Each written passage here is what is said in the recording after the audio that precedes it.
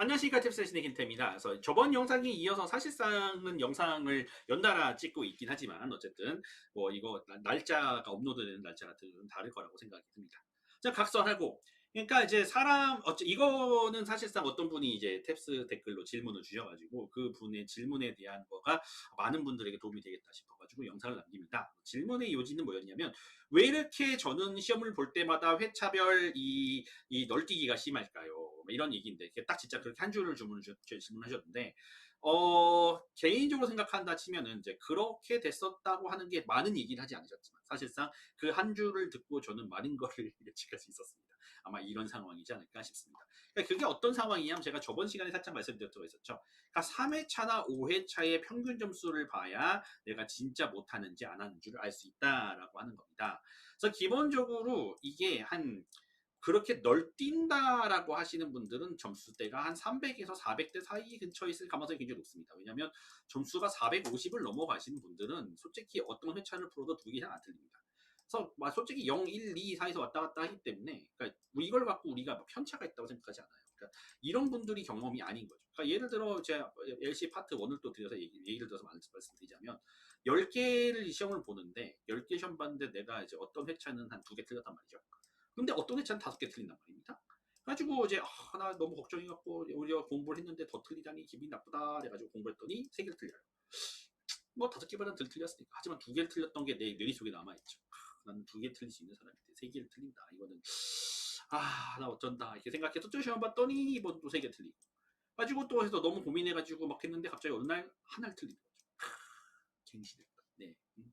내 점수 갱신. 이렇게 생각하시는 분들이 되게 많습니다. 그러니까 이렇게 되는 게 제 탭스의 그거죠. 그래서 이런 일이 됐었을 때 왜 이런 일이 일어나는가를 좀 자세히 설명을 드리도록 하겠습니다.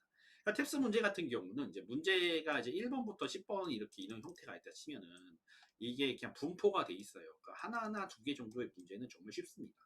이거는 그냥 300분들을 목표로 하신 분도 누구나 다 맞을 수 있을 정도의 정답률이 막 95%에 해당될 정도의 문제들이 한 문제, 두 문제 정도 있습니다. 그다음에 세 문제부터 한 7문제, 여기가 중간 난이도라고 생각하세요. 중추라고 부르는 아이들입니다. 그래서 이런 분들은 정답률이 한 70%쯤 나오는 이런 문제들이 한 이렇게 중간에 분포가 돼 있고, 마지막에 8, 9, 10번 같은 경우는 여러분들이 거기 한 500 되는 사람들도 헷갈려봐라라고 생각할 수 있을 정도의 난이도가 초고난이도의 문제가 돼 있죠. 그래서 이 초고난이도가 1번부터 10번까지는 그렇게 돼 있고, 예를 들어 이게 뭐 코렉트다 생각하면은 뭐 18번부터 23번 사이가 이렇게 돼 있고, 그러니까 이런 식으로 정규 분포식의 난이도가 분포가 돼 있어요. 그렇게 되면은 점수가 중간 정도쯤 되시는 분들 같은 경우는 사실 이 문제를 푸는 데에 어마어마한 어려움들을 겪고 계십니다.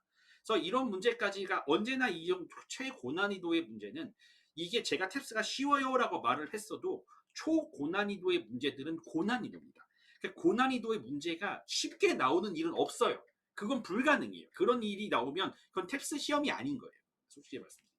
그러니까 이게 제가 쉽다고 말을 하는 것들이 이제 어떻게 쉽게 맞다고 하는 거냐면 얘는 그냥 다 맞는 게 깔고 들어가는 거고 여기에서의 내 정답률이 한 70%쯤 나오시는 게 이게 3, 400대입니다. 내가 맞출 확률이. 그러니까 7문제를 풀었었을 때 5문제를 맞을 때도 있고 6문제를 맞을 때도 있고 3문제를 맞을 때도 있고.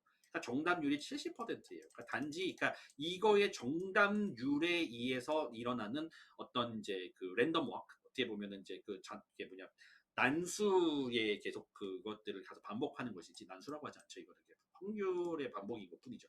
그러니까 그렇게 되는 것의 반복일 뿐이지 이게 이렇게 되는 겁니다. 그러면 왜 어쩔 때 나는 6문제를 틀리고 어쩔 때 6문제를 맞추고 어쩔 때 3문제를 맞추냐는 건데 이 공부의 범위가 내가 이제 어떤 이제 이 탭스가 정하는 난이도가 이렇게 있잖아요. 그러니까 내가 여기를 이 정도를 커버했고 이 정도를 커버했고 이 정도를 커버했는데 문제가 이렇게 나와서 내가 모르는 문제 3문제가 나왔을 수도 있고 아는 문제가 1문제 나왔을 수 있고 이렇게 나와서 내가 아는 문제 2문제가 나오고 모르는 문제가 1문제가 나올 수도 있는 겁니다.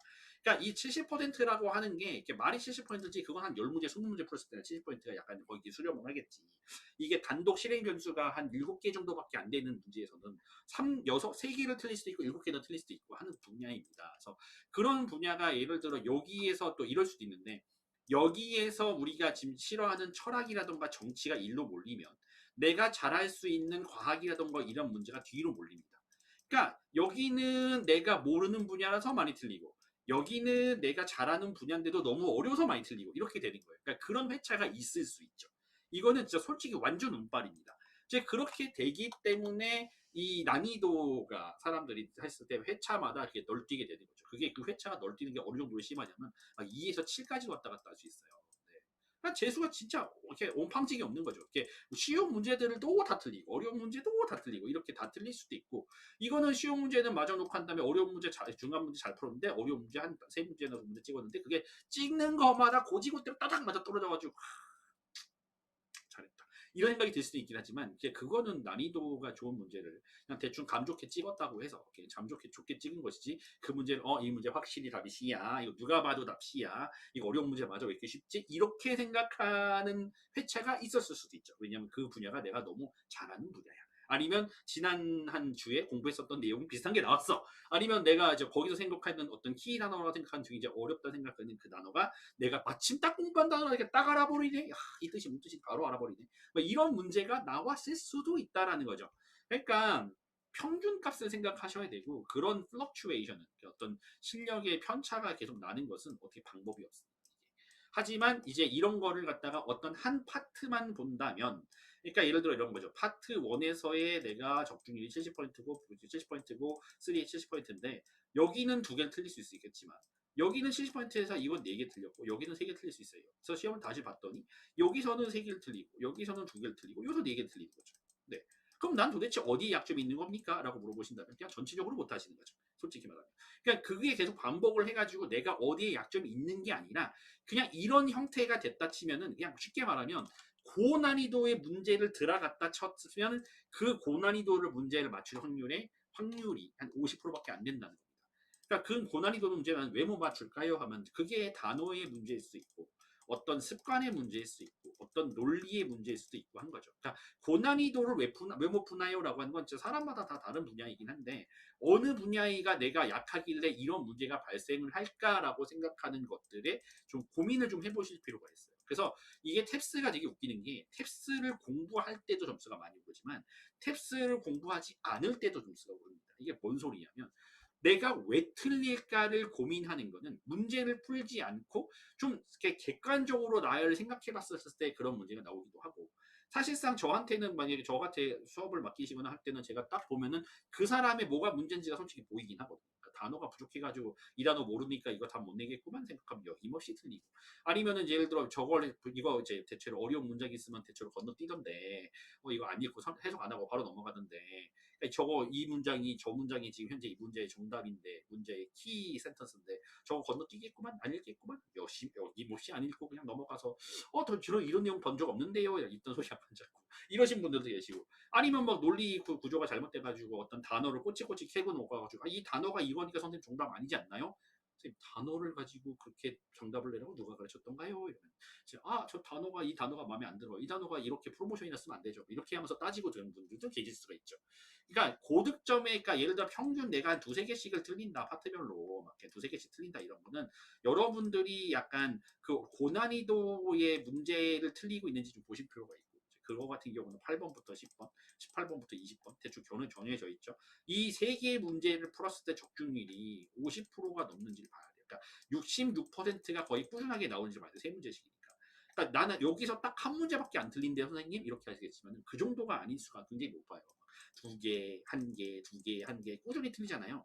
그럼 이 파트가 현재 나의 발목을 잡고 있는 거예요. 그렇게 생각하시면서 이제 그 어려운 난이도를 문제를 풀었었을 때 내가 어떤 거에 발목을 잡히는지를 고민을 해보셔야 된다라고 말씀드릴 수 있을 것 같습니다. 그래서 이제 그러니까 자기의 점수가 널뛰는 겁니다. 그거는 이제 어떻게 보면은 자연스러운 거고요. 그게 모든 사람이 그러고 있는 상태고요. 그러니까 그러려니 생각하시는 수밖에 없지 않나 하는 생각이 듭니다. 어쨌든 탭세신의 김태혁고요. 또 여러분들께 도움이 되는 좋은 영상 많이 가지고 와서 또 여러분들과 대화를 한번 해보도록 하겠습니다. 감사합니다.